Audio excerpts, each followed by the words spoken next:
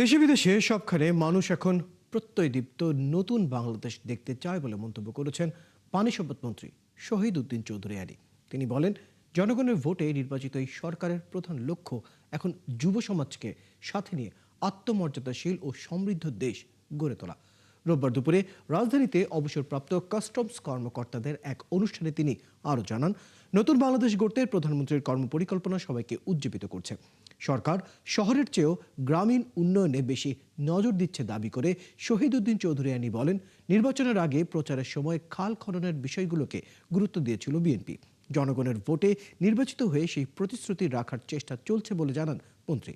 প্রধানমন্ত্রী তারেক রহমানের হাতকে শক্তিশালী করার মধ্য দিয়ে এই বাংলাদেশকে এগিয়ে নেওয়ারও আহ্বান জানান তিনি।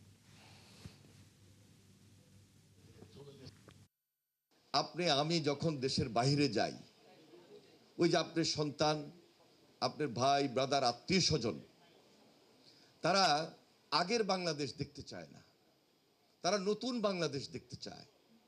যে বাংলাদেশের সঙ্গে তারা তাদের অবস্থানকে কম্পেয়ার করছে, তাদের স্পিরিটটাকে একসঙ্গে একীভূত করছে।